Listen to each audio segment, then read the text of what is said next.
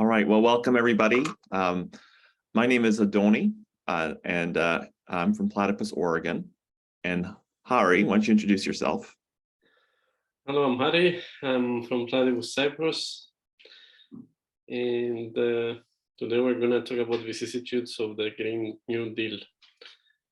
And just so that people, if you're new to Platypus, just a little bit about Platypus. We are a campus-based group. We were established in Chicago in 2006. We organized reading groups, public fora, research, and journalism focused on problems and tasks inherited by the old 1920s and 30s, new 1960s and 70s, and post-political 1980s to 90s left for the possibility of emancipatory politics today.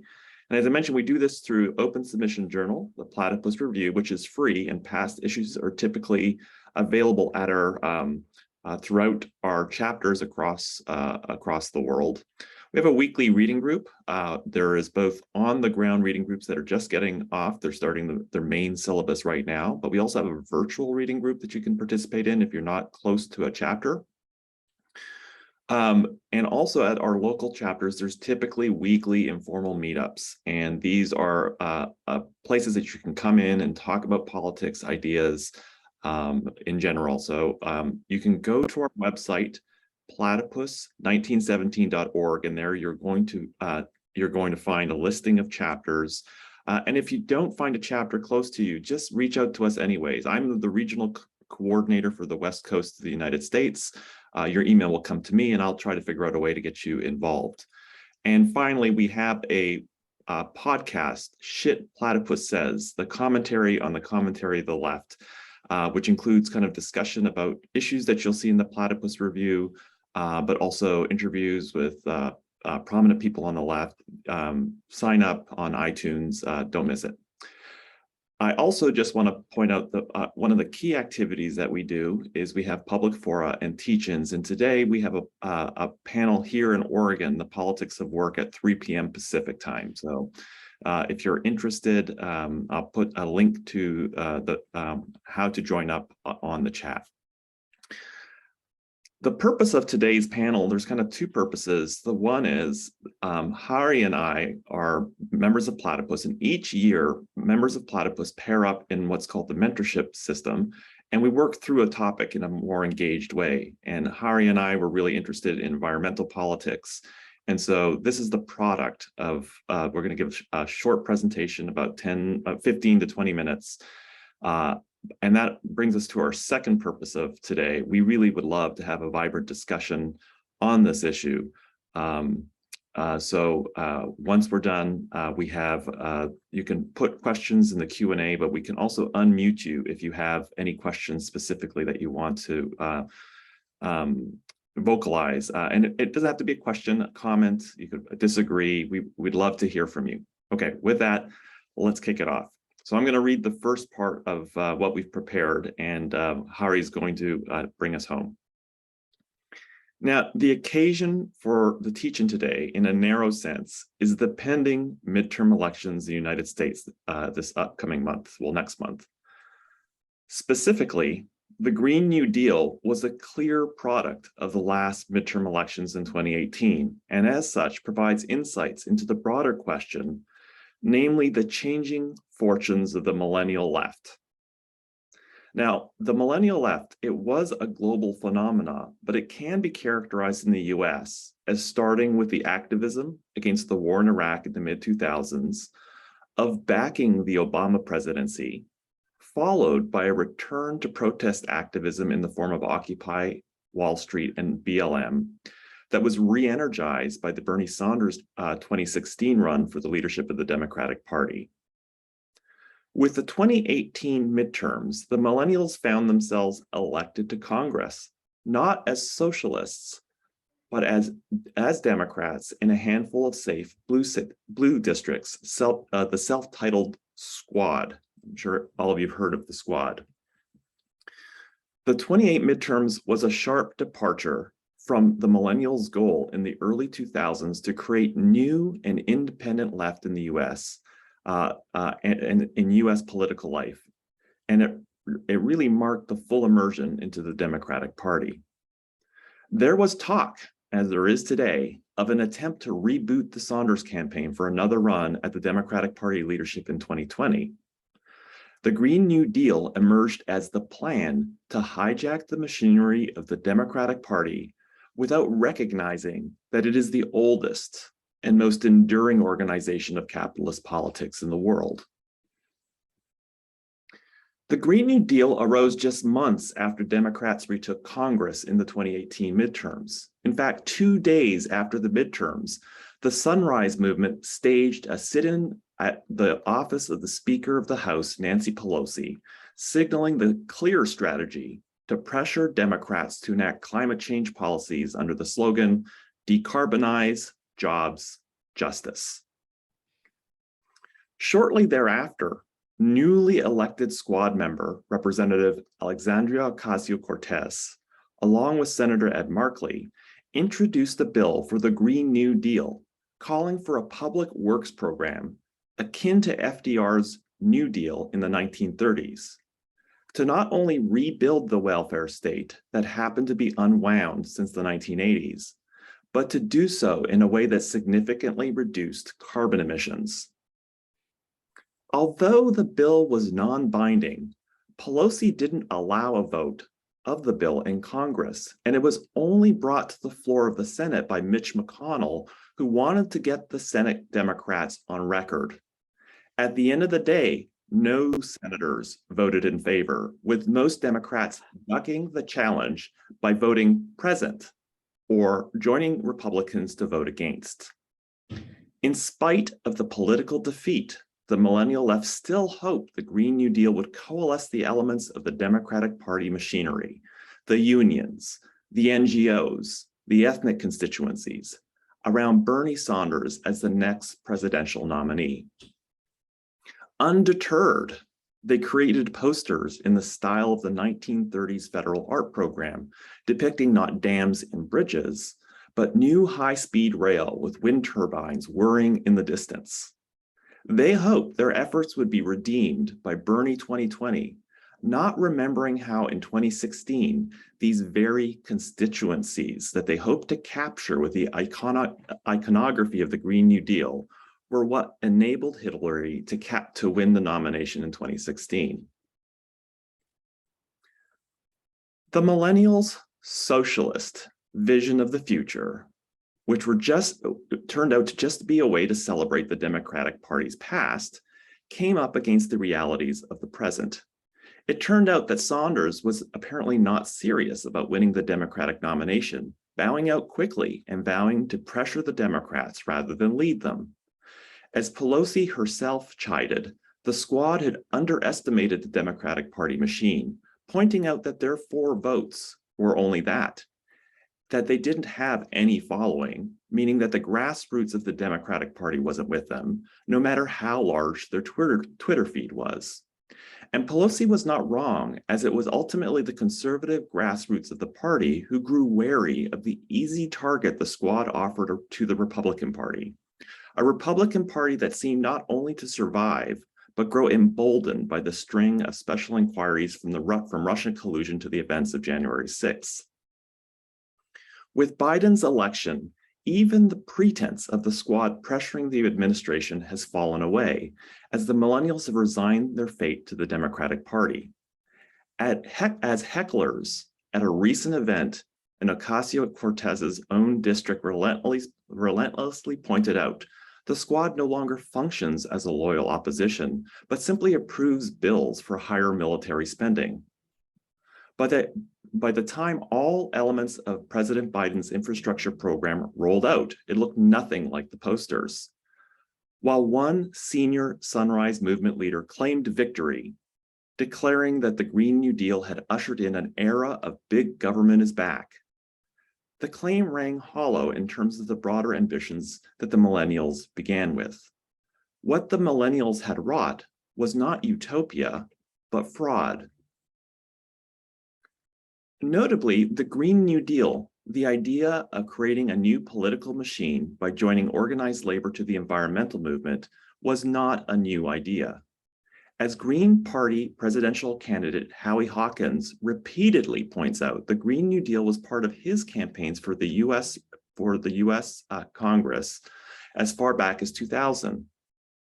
In fact, he suggests that the notion of large-scale public investment in clean energy for jobs and economic justice, as well as environmental protection, dates back to his opposition of President Richard Nixon's Project Independence, which was to build 1,000 nuclear plants by 2000 in the depths of the 1970 energy crisis.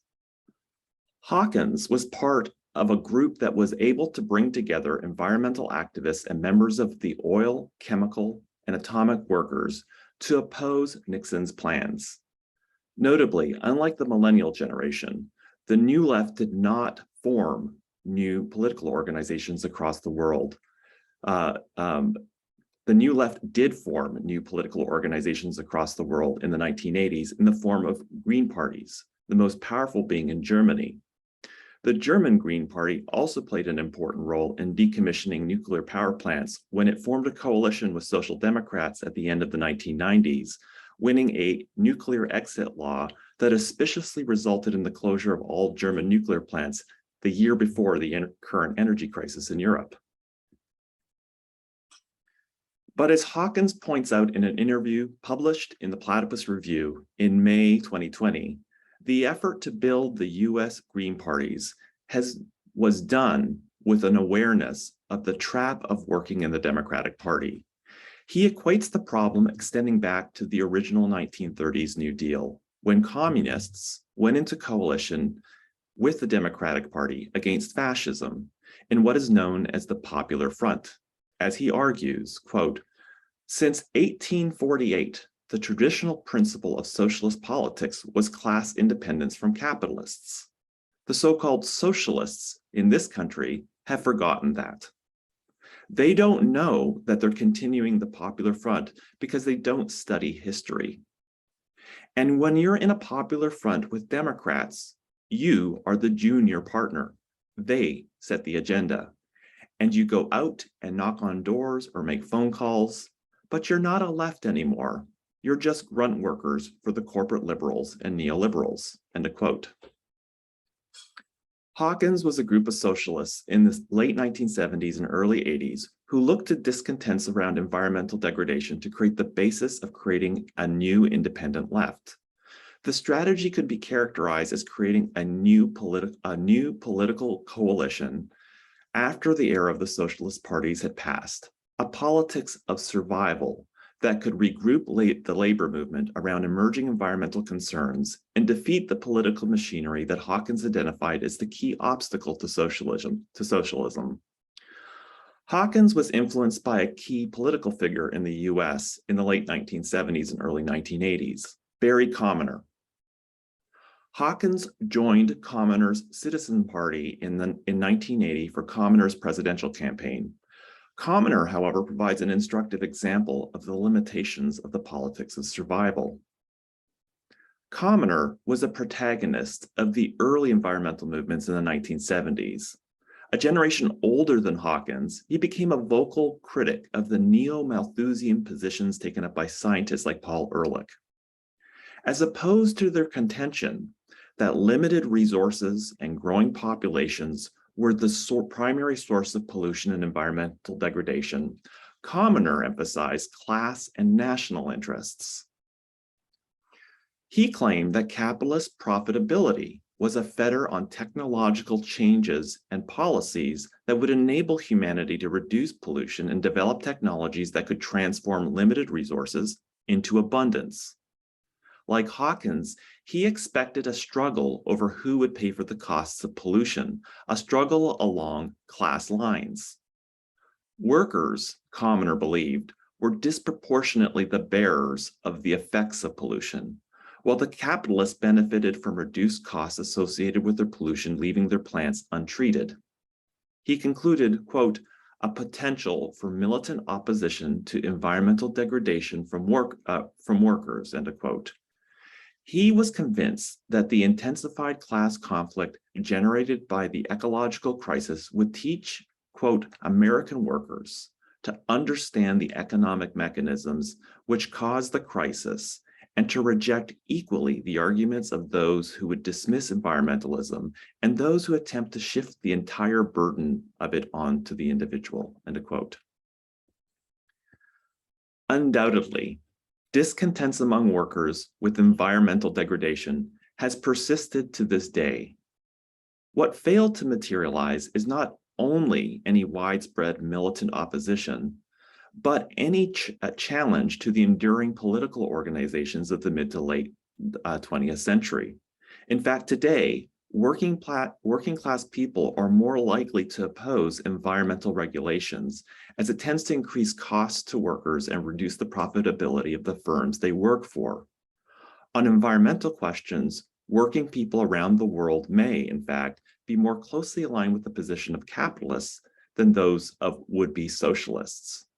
And Howie is now going to explain why this is. Thank you, Andony. The 1960s New Left not only gave rise to attempts at alternative political organizations like Communist Citizen Party, but also critics of the New Left's failure to deal with deeper problems faced by the previous generation, the 1930s Old Left. Those in Platypus will be familiar with some of these critiques. Adolf Reed as a critique of the New Left's approach to race, John D'Emilio and Juliet Mitchell as critiques of the New Left's approach to gender and sexuality, and Moshe Postone and Martin Nicolaus' approach to class. Environmentalism was always a less clear expression of the New Left, as much of the environmental regulatory state in the US was broadly embraced by both Democrats and Republicans. Nevertheless, Andrew Finberg took up Communist approach to environmental politics and the left in his 1978 essay, Beyond the Politics of Survival, which I want to turn to in order to address the severe limits associated with these politics. Finberg points out Communist position treats the working class in entirely objective terms, a position that was considered in the early 20th century as vulgar Marxist. Vulgar in what sense? Vulgar in that it treats the working class consciousness of the aims of its movement as static and unchanging, or as Cliff Slaughter puts it in his essay on revolutionary leadership, political events and tendencies are seen as natural and inescapable reflections of economic interest. Contra commoner, Finberg points out, labor situation regarding the environment is ambiguous. Quote, it can resist the unequal burden that it bears by resisting all expenditures for restoration of the environment, short-sighted though this policy may be, or it can fight to ensure that the burden is more fairly shared while struggling to improve the conditions under which it works and lives. Finberg's point being that the working class in its immediate situation does not lead beyond capitalist politics. The specific interest of workers in socialism cannot be understood on strictly objective terms. Socialist politics would have to arise from workers understanding their role in history. Like the 1930s, Old Left before them, Hawkins and Commoner could only relate to the working class as a constituency, an interest group with positive objective interest.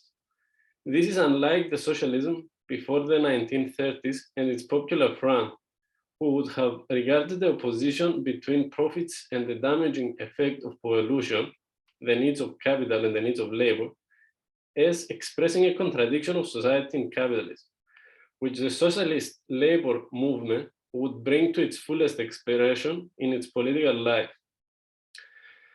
In contrast to socialism, progressivism looked to manage the contradictory aspects of society by attempting to have capital serve the middle classes.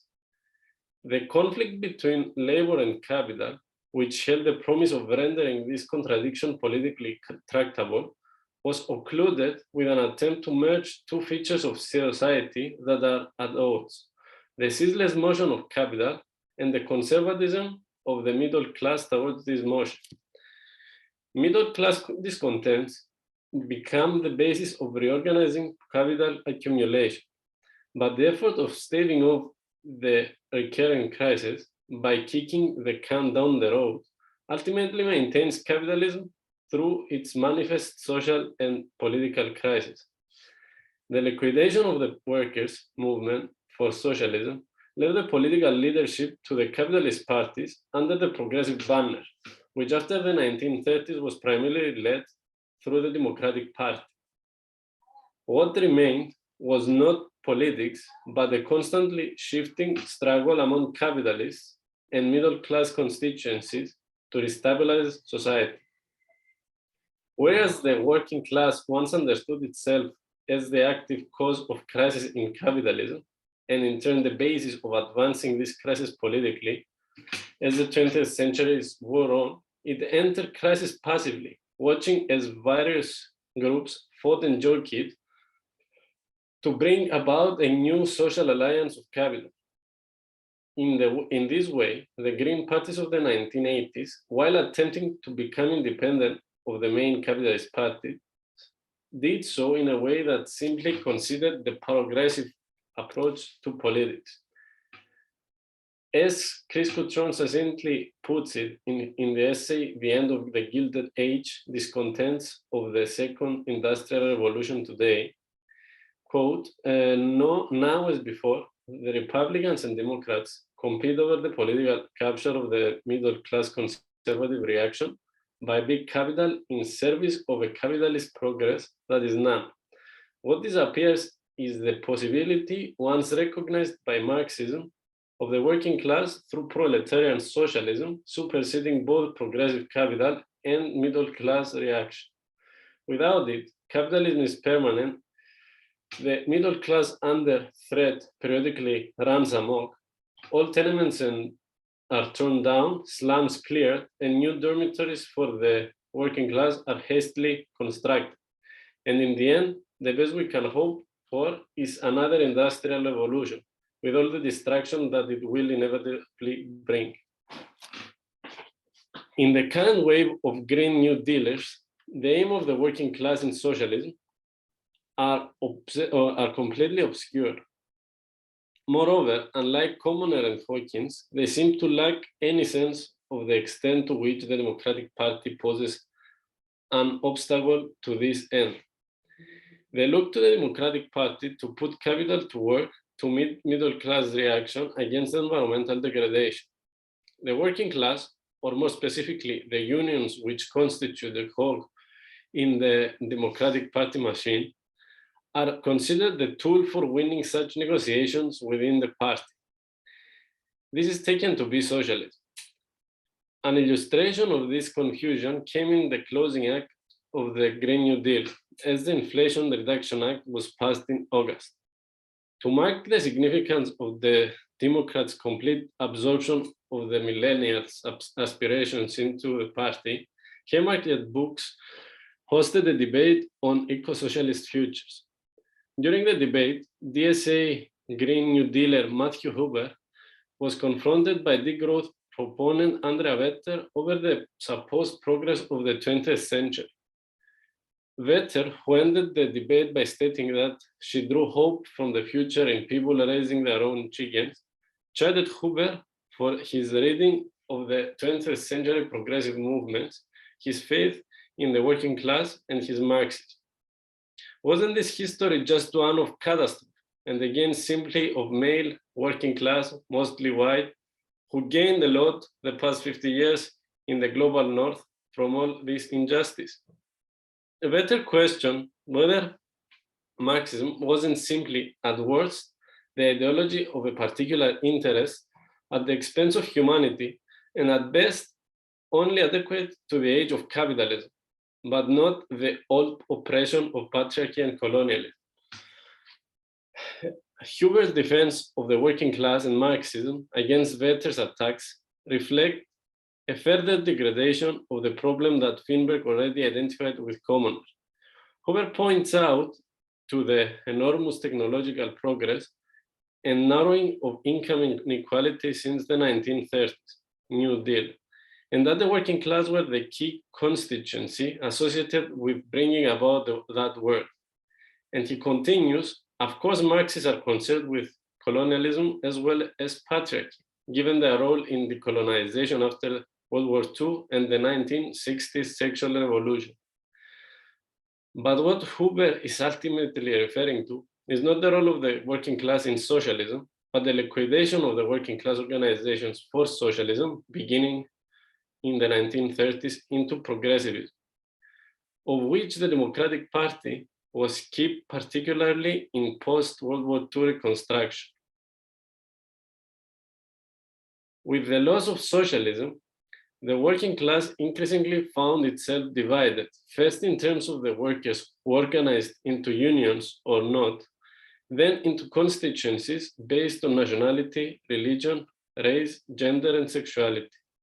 As Platypus member Chris Coutron helpfully puts it in his essay Class Consciousness from a Marxist perspective today, quote, today in the US, it seems to matter more whether one lives in a red or blue state or whether one's race, gender, and sexuality are, than if one is a worker or a capitalist, whatever that might mean. Cultural affinities seem to matter more than socioeconomic interests, as the latter burn. People cling to their chains as the only things they know how.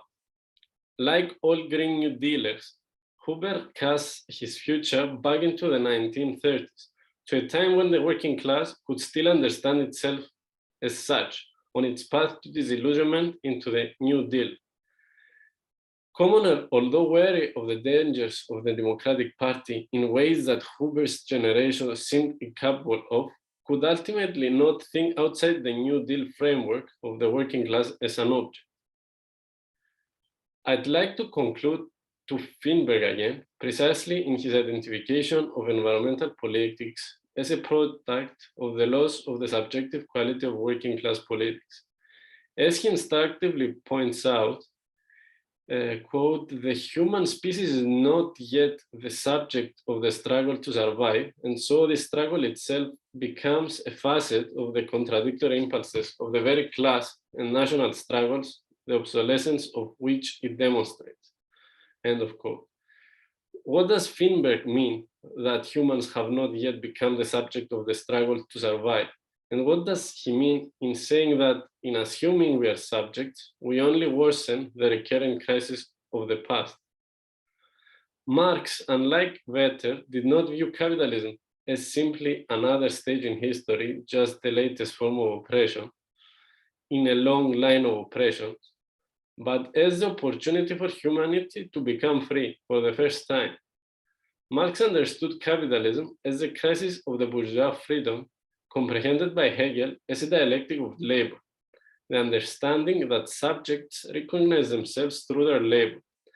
Along these lines, labor is not, as Huber assumed, just a static fact of contemporary life, but an expression of the crisis that poses the problem of freedom. The contradictory character of labor, which confronts us as capital, obscures how we, the subjects, participate in a social reality around us, but also promises its overcoming through socialism. Rather than the progressive approach that everyone on the left today accepts and has naturalized, socialism would not attempt to manage capitalism on the basis of its middle-class discontents, but turn the problem of capitalism into something that society could overcome subjectively.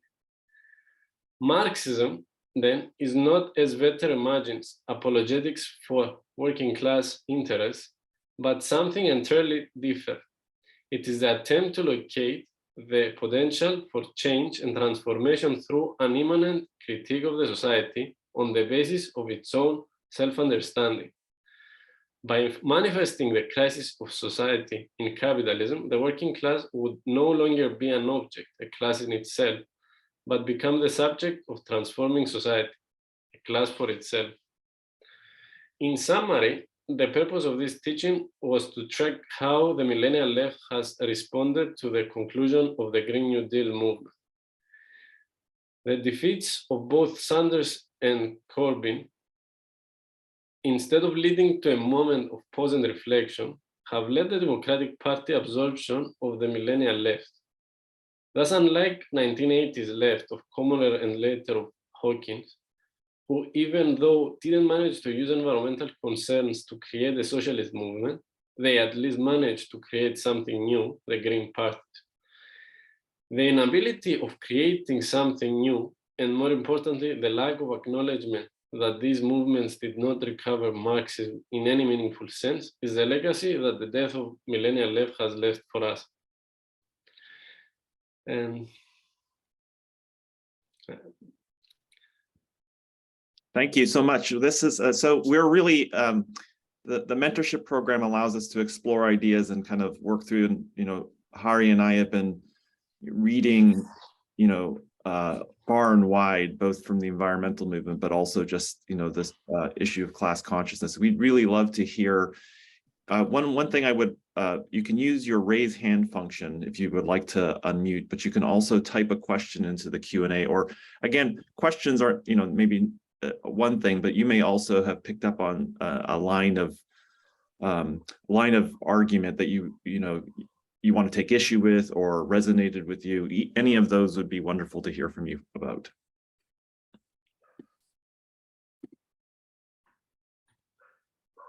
I know that one of the aspects that we had in mind when we were writing this was both kind of trying to recover what Marxism was, at the same time as just thinking about this moment as being a moment for with the midterms in a way that the Green New Deal may have seemed at the time as a kind of bold, but also from others it may have seemed as a Hail Mary after the Saunders campaign had been defeated. Trying to put those two things together. I don't know if people have thoughts about that moment or the upcoming midterm elections and significance for there's a lot of we'll have a panel later today on the politics of work, and there's a lot of labor organizing, so maybe people disagree that the labor organizing seems to be independent of the Democratic Party, or people will have that aspiration, they'll vocalize it that way, so maybe you would disagree on those grounds.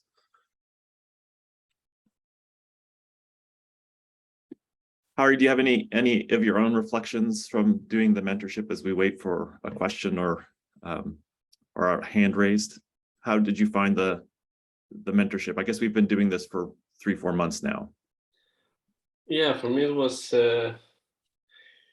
putting many of the things I've read and I've been reading the past 2-3 years into something that's my field, let's say, environment. That was something I wanted to do at some point, and I think the mentorship was a very good way of me seeing, finding a way of analyzing how the left is moving today.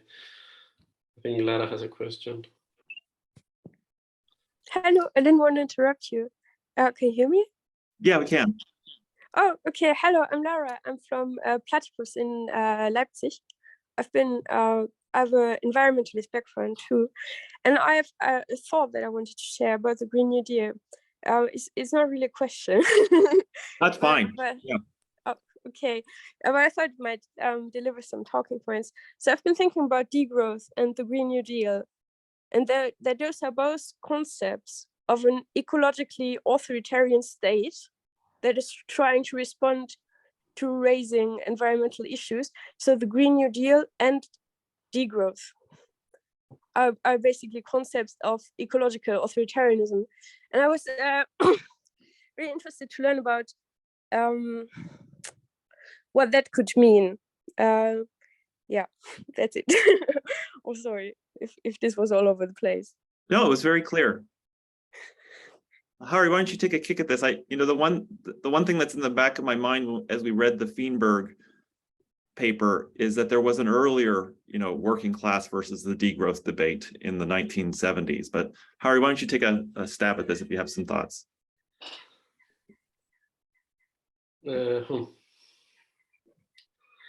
think that was a commoner was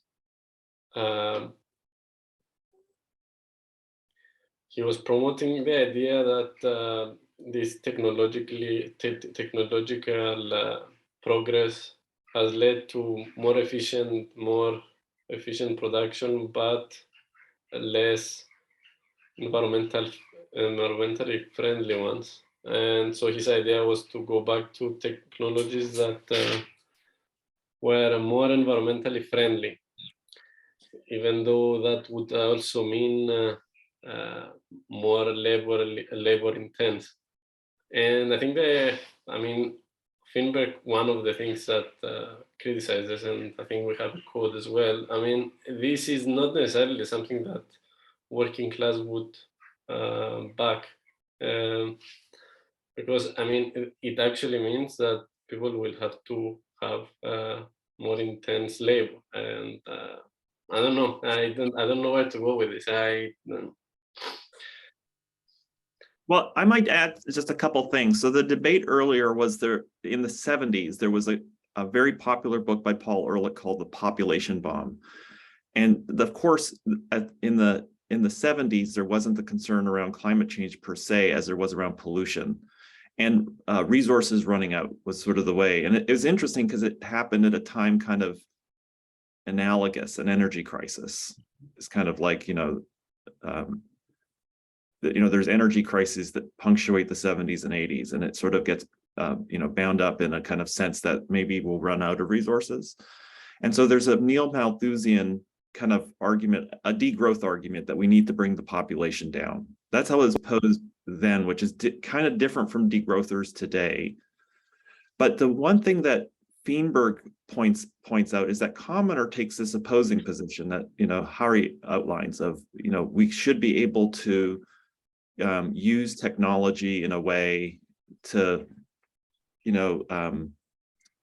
it's a societal issue. So in some ways, the Ehrlich degrowther position is kind of an individual, and Commoner emphasizes the societal dimension. Society ought to have potential to deal with this. And Feinberg points out that the opposition between these two is notable. That of course it ought to be some kind of combination of individual capacities and collective capacities, but the way that it fractures in the debate, in some ways to its detriment, because it becomes one or the other, is it society or the individual, is something that Feinberg notes. But on the authoritarianism,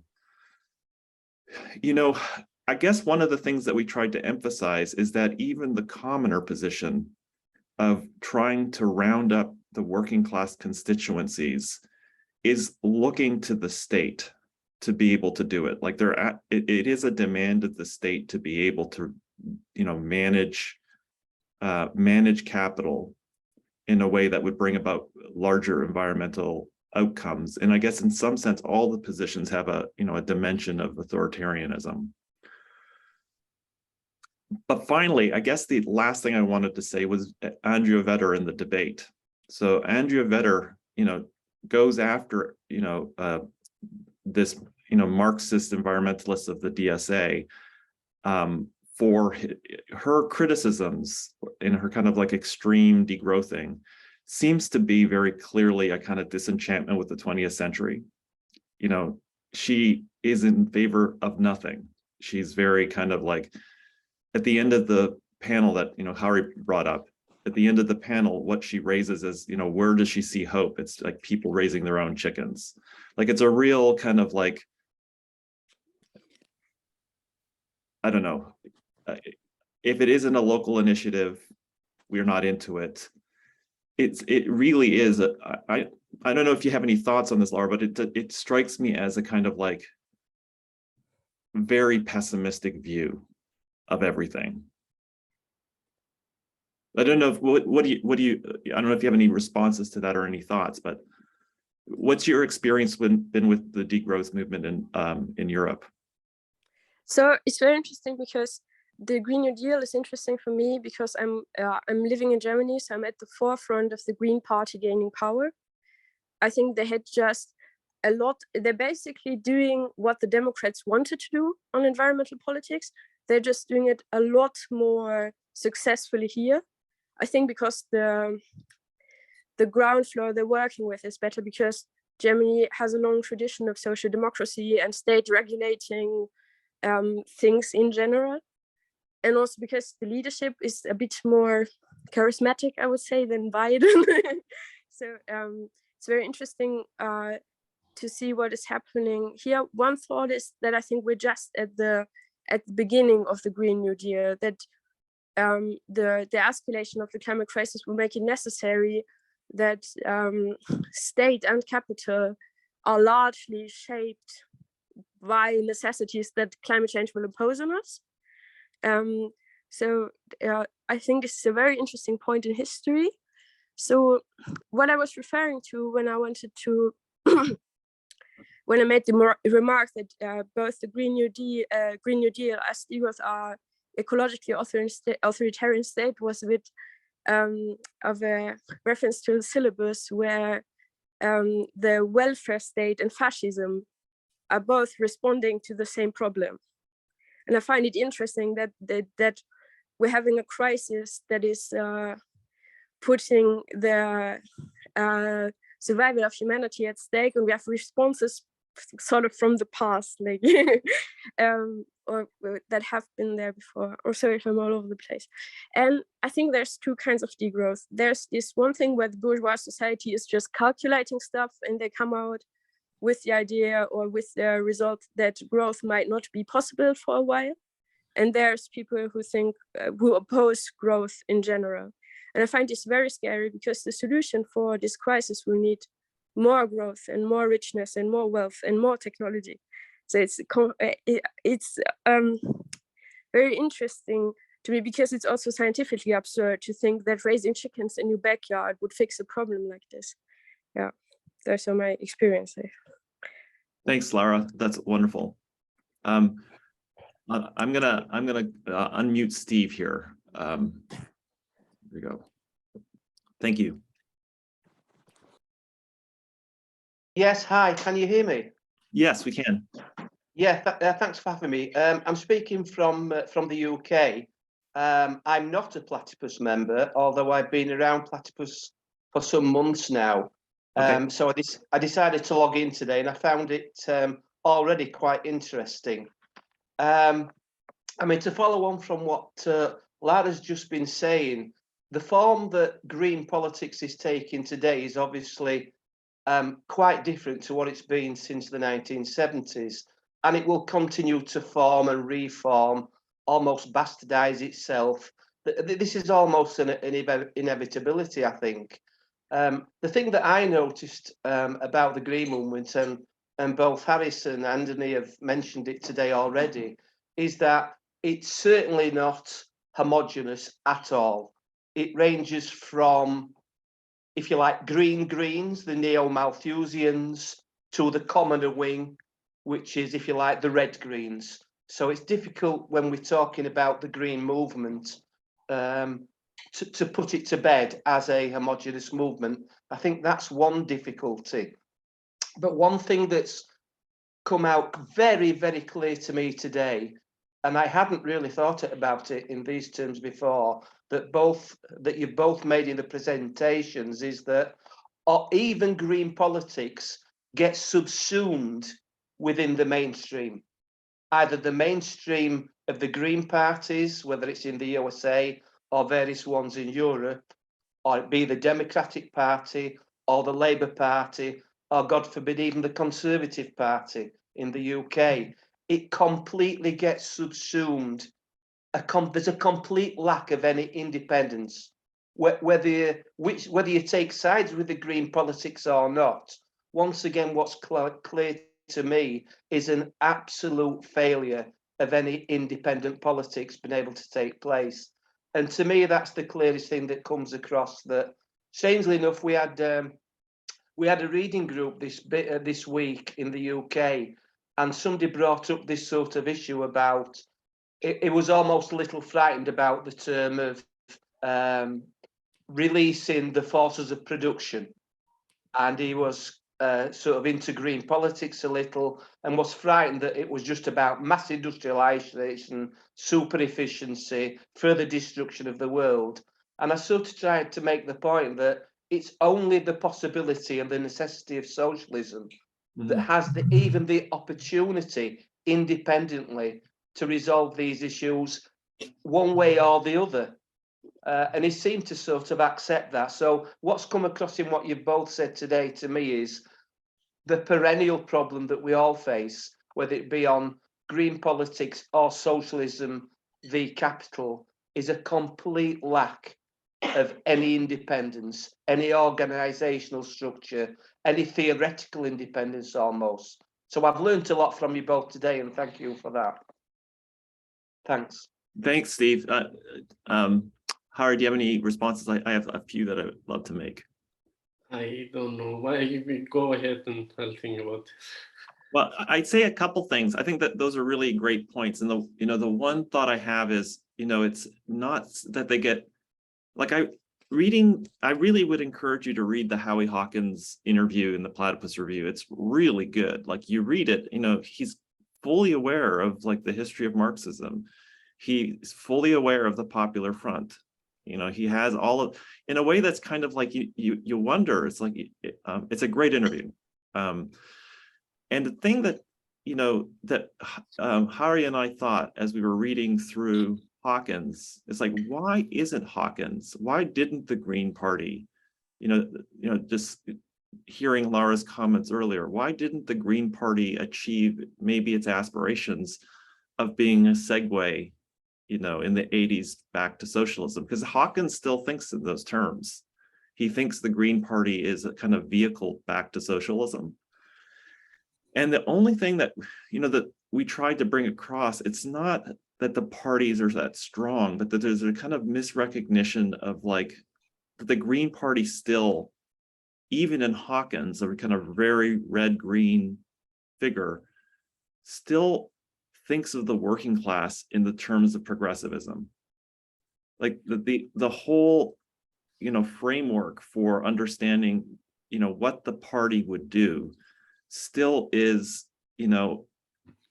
parallels. The objective is to build something, Laura's comment was great, to build something like the SDP or something like the Democratic Party, without kind of, that's the one thought I have. I'm still working on that idea, but it seems like, maybe the failure of the Green parties is that in some sense, it's lost the thread of what the party's supposed to do.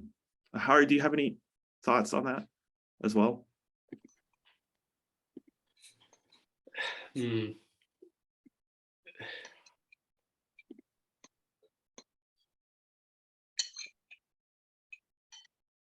I don't know what to add. I mean, I think what we've been analyzing mostly is this regression of the left since 1930s to progressivist politics. There is no recognition. There is no recognition of what. Maybe restate in your, restate what, what it is about the progressive approach to the working class that's different from socialism. You bring it up in your section there, but what's the difference? Because I mean, for many people, this might seem, well, we've got the unions involved in the Green Party, or Huber has this idea of like why is that progressivist? Why is that not, tending towards the objectives of socialism? Because through progressivism, what the capitalist parties have been doing was they approach working class as an object with some immediate economic interests. And also the working class, what is missing today is this consciousness that there is no consciousness of what their historical position is at the moment. So working class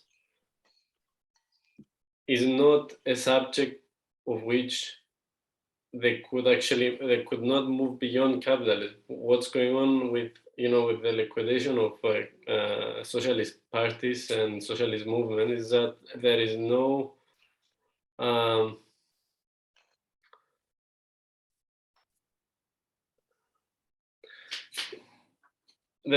self-understanding of what can be done, and basically the horizon ends up on immediate economic interests, and that's exactly what Finberg is bringing up by saying that by not realizing the historical position we are at,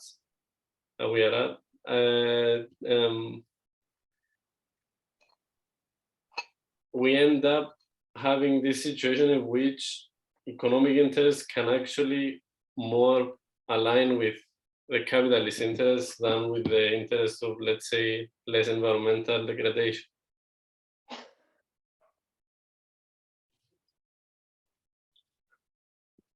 Yeah, I mean, I guess it's come up a few times. Laura raised it, and also Steve raised it. The idea of technology. We would need to unleash technology, and there's a way in which Commoner has this idea of deploying capital in a way to to get investment into these technologies. Really, it is the horizon of the regulatory state. The way that the working class itself might not oppose, degradation with capital, like we have to, but how those two things are kind of expressing a contradiction in society. In some ways, that would be that's missing, because it is about just like, how do we invest in Tesla, charging stations? How do we come up with a policy for charging stations without to ameliorate working class discontents around environmental degradation, without seeing those two things as being, in contradiction. I'm going to call on Ephraim now. Hi guys, can you hear me okay? Yes.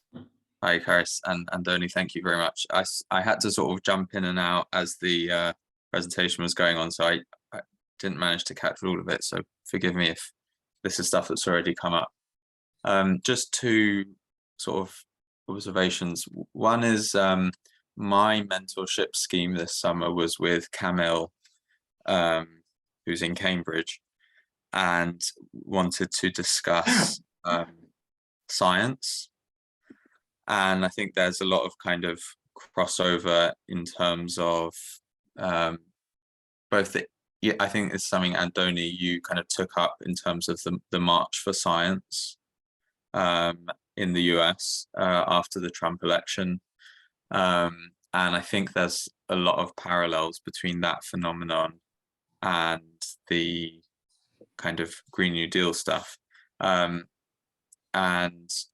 also one of the part of our kind of discussion about science and the left was about this, also this question of the relationship between man and nature, and the question of a kind of social metabolism.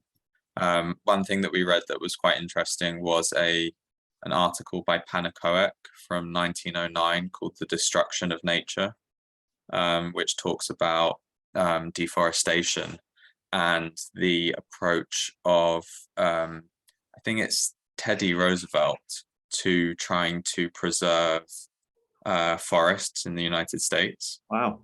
And Panakoek brings it up. He has a critique of that, and then he's like, only socialism can really have a consciously managed, industrial production and relationship between man and nature. But the question I wanted to ask was on a slightly different point, which was about, the question I wanted to ask about that was that one of the things we discussed something that comes out of the issue of capital in history, which we discuss in the reading group, which is this recurring need in capitalism to seemingly to repeat the bourgeois revolution. And the way this comes up in science is kind of in this way, in this feeling that people have recurrently that we need some kind of new enlightenment.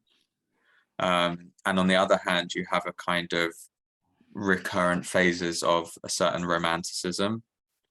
And this always, you know, science always needs to be kind of regrounded on a new footing that's actually science and not science that's getting bought off by the state or the capitalists or whatever, and that's a kind of bourgeois call for a kind of, you know, value-free enlightenment, that kind of thing.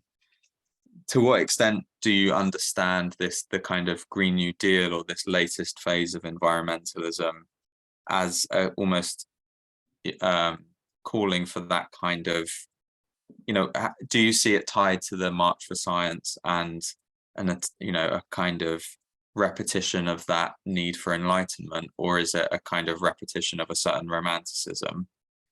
That's a kind of broad question. My second point is just about one of the phenomenon I find with the environmentalist stuff is that it always seems like they've just discovered the problem for the first time, right? Even if they're aware of like the 70s, even if they're aware of, you know, even Panakoic in 1909,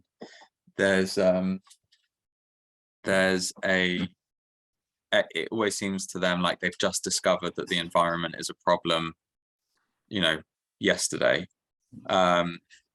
What is the significance of that kind of novelty factor that seems to motivate a lot of the politics around the environment? I feel when I speak to leftists who are environmentalists or green leftists or whatever, part of the motivation and part of the kind of self-understanding they have is that they've just discovered this great big problem and no one else knows about it.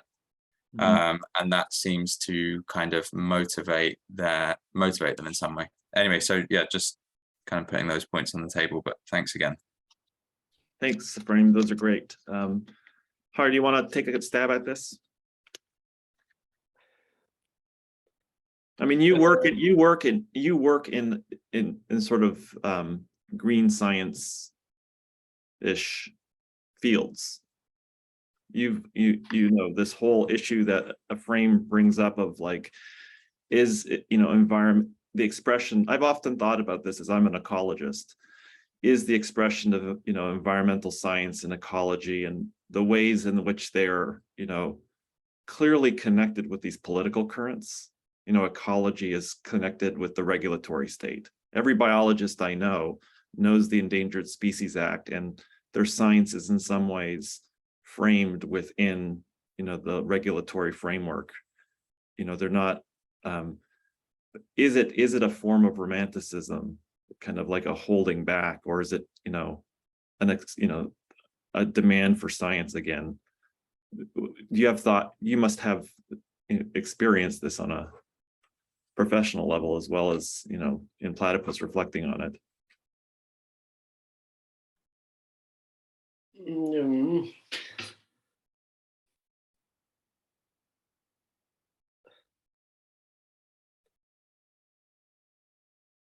Not entirely sure.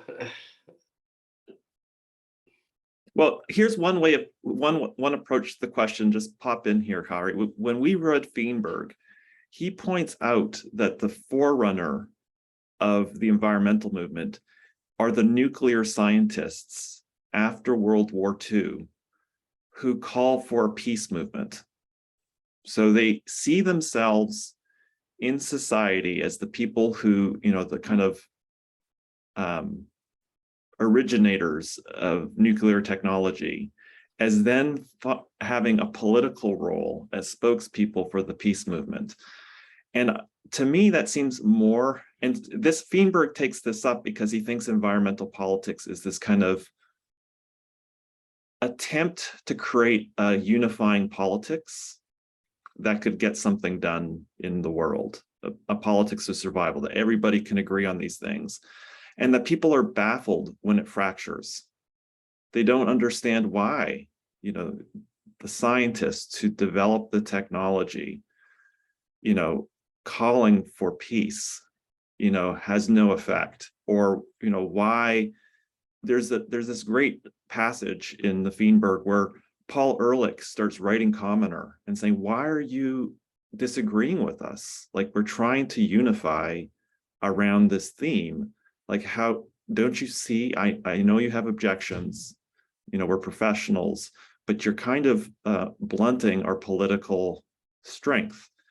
And that there is a way in which I'm not sure if it's, you know, the way that you put it, Ephraim, and maybe I have to think about it a little bit more in terms of like a demand, you know, an anti-romantic demand for the return of science, as much as it is more diffuse than that.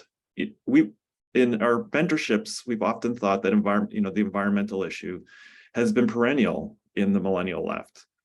No wars for oil, you know, in the anti-Iraq war movement, and climate change, you know, a system change, not climate change during Occupy.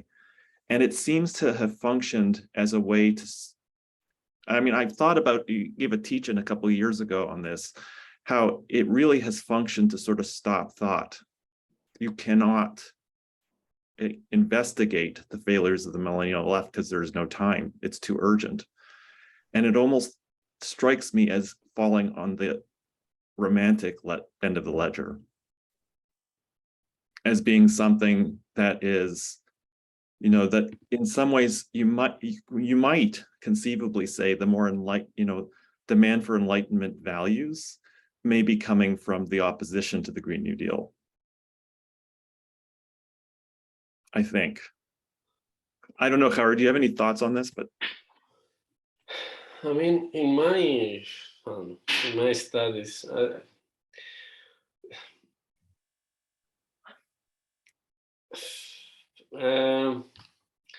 trying to see how to connect it to science, and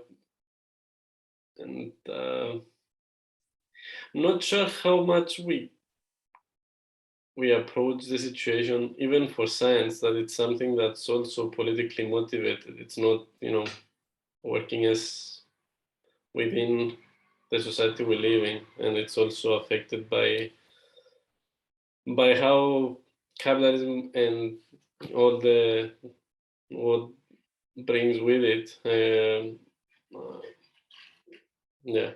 how this is affecting that.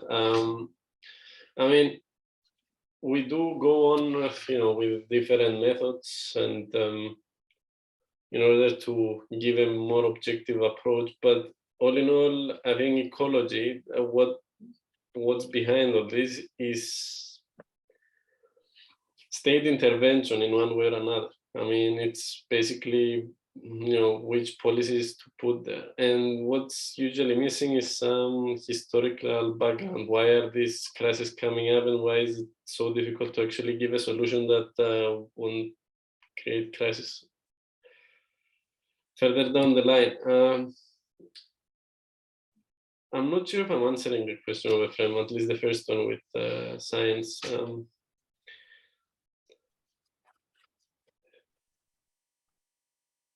What was the second question, Ephraim? Can you repeat?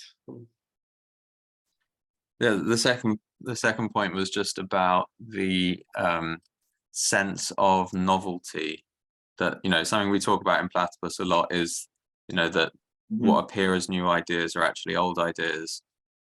I find that, although it's strange in this case because Green New Deal, it's like consciously referring back to something from 80 plus years ago. But there does seem to be part of the motivating self-understanding of green leftists is this sense that they've just discovered this problem, and that people 10 years ago were basically living in the Stone Age and had no idea about this.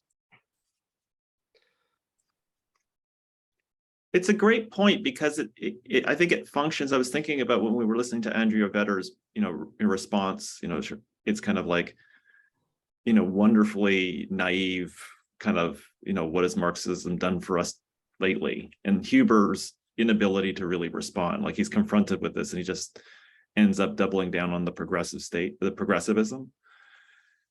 And I guess, at some level, this it's a strange perspective because it almost like indicts all of history. Like she's kind of like, all of this, but it flattens it to a point that it can serve what her degrowth purposes. Like she's not interested in dealing with the history. She's kind of like, she's done with it. And I do wonder if maybe that's underneath it, that it's kind of like such a deep pessimism that it's not even curious about it, and it's not willing to sort of read the history generously. The 50s must be condemned. There's nothing about without kind of getting into sort of the ways in which you can trace her own perspective, to the beginning of the 1800s. Like this has come up before, the romantic rejection is like perennial, but no kind of curiosity in it. I don't know.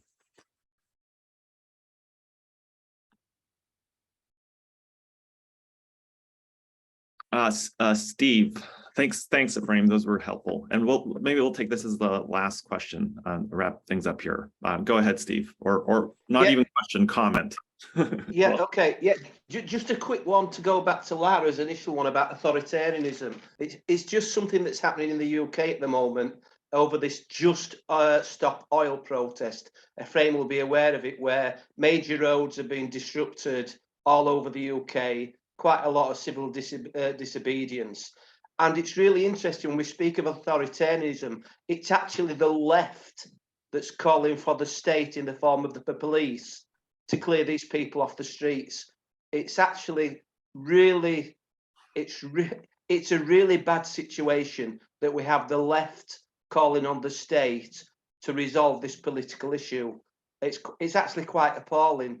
I mean, I challenged someone on Twitter about it, someone who regards himself as a leftist today, saying that, why are you inviting state authoritarianism when it's a political problem on the streets? And he basically finished up sending me a drawn diagram of me being garroted through the neck, and that was it. I mean, absolutely appalling. But anyway, that's just aside. Just on the question of romanticism and the left saying that it's that it's just being discovered. Despite what Hawkins and Commoner have said about it should be allied to a socialist movement, is not green politics at the end of the day actually a retreat entirely from socialist politics? It's actually a hiding place, if you like, probably a genuine hiding place. I'm not saying that they're deliberately, consciously setting up, a faux idea that doesn't exist, but it's a very big retreat from actually organising, certainly an organised form of a party, socialist party. And it's, again, it does raise the question once again about the party, a socialist party. And I will read the essay from Hawkins, I haven't done, but I suppose at the end of the day, to go on his side, just to be polemical for a moment, their answer would always be, I suppose, well, while ever there's no socialist movement, while ever there's no organised form to polarise against the mainstream, what's the point? And that allows them to retreat back into identity or single issue politics or into the mainstream, because it be the old Thatcher phrase, Tina, there is no alternative. And I think that's just an ongoing problem, just to throw that out there. No, that's a great way to kind of conclude our teaching today. And thanks for that, Steve. Howie, what do you think of this as, environmental politics as being a hiding place, avoiding the question of, the political party for socialism? And I guess maybe that question maybe has two approaches to it. There's the contemporary millennial left's approach of potential hiding place in environmental politics, but then there's also the generation prior, Commoner and Hawkins as a middle point. What's your thoughts on how that functions, and do you see a difference between what's being hid between these two periods, I suppose? The way I see it, there was a regression. I mean, if we take the previous generation, at least they tried to do something independent, which was the Green Party. So it wasn't a socialist party, and for sure it was completely under progressive terms. But what we see now is a complete liquidation of the millennial left. So, and it's interesting because it's always heralded as something positive, something. It's a victory. The pass of IRA was a victory again. It's like that comes back to what the friend was saying. This kind of there is an erase of what happened before, and we keep bringing the same thing. We have similar or worse results, and then we are still we go from failure to failure. I don't know what to do. I do wonder. I mean, so there's the contemporary approach, and I do, I've been thinking about Ephraim's question a little bit more, and I do think the more I think about it, the Green New Deal isn't a kind of like return to a kind of like a bourgeois discontent of like, science as this, kind of underlying bourgeois approach. So it's kind of like a revolt of the third estate in the kind of call for science. And I don't think the Green New Deal is that. I think it is in some ways the opposite of that. It's the kind of trying to sort of it's been used by the millennials. It's been their worst tendency in terms of trying to hold back change. Like anytime there's been a recourse to environmentalism, in some ways it's been their most conservative moment. But so that's the hiding place. I think the environmental politics have represented the worst tendencies for the millennial left. It's least potential for moving. It's the place it retreats to when it's trying to avoid problems. But I do wonder about the other question. Could the Green parties have become something other than they had become? Like that's a question that I kind of curious about. It was great having Lara earlier just kind of raised the issue that today since the 90s, since the first Red-Green coalition, they've the very Joschka Fischer, iconic German new leftist, calling in the first use of German troops, the peace movement, the Green Party, organized around the peace and denuclearization, orders troops into the Balkans for the first time since the Second World War. So there's, it becomes clearly just another progressive party.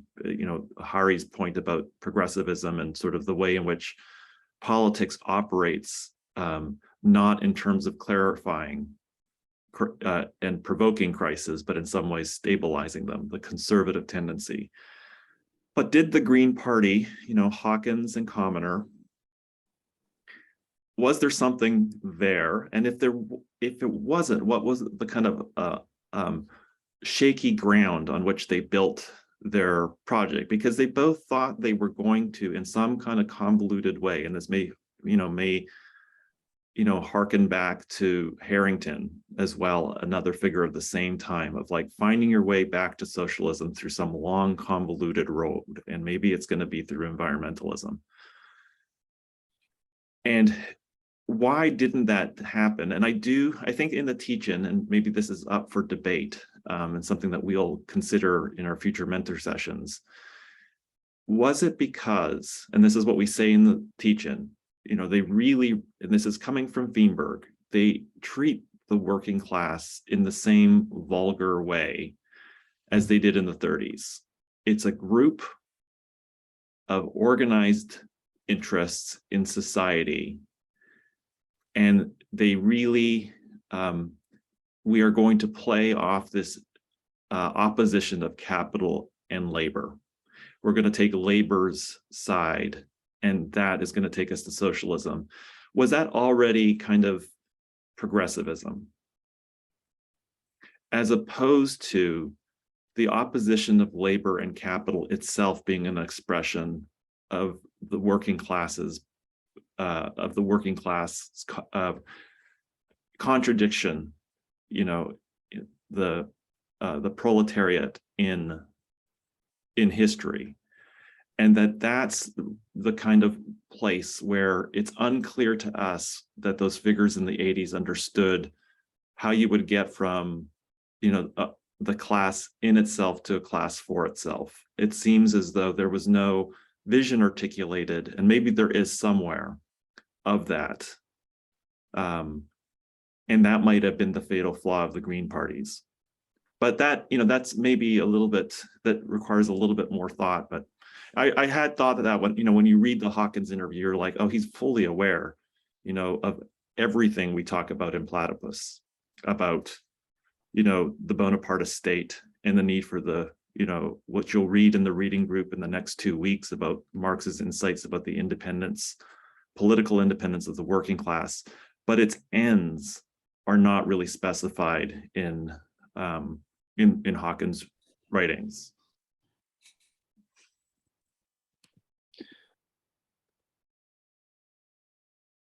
Oh, yeah, and there's okay, I'm gonna also, just as we wrap up here, I'm just gonna, any closing thoughts, Harry, as I find the link for the teach-in this afternoon? No, the panel this afternoon. Thank you all for being here. Hope you found it insightful in one way or another.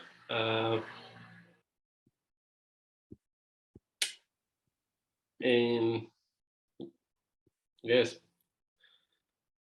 thank you, Anthony, for the mentorship. And all right, and here is the link for the event. I'm putting it in the host and panelists, everyone. So here is the link to the Politics of Work, which is going to be 3 p.m. Pacific time, 6 p.m. Eastern time. And Steve, where you're at, on the other side of the pond, it'll be late. All right, well, we thank you for your thoughts and comments. We certainly are going to be taking this back. I think we're going to continue to be thinking about this issue, and having your insights, particularly from Europe, are extremely helpful to us. Thank you, everybody, and we'll see you later.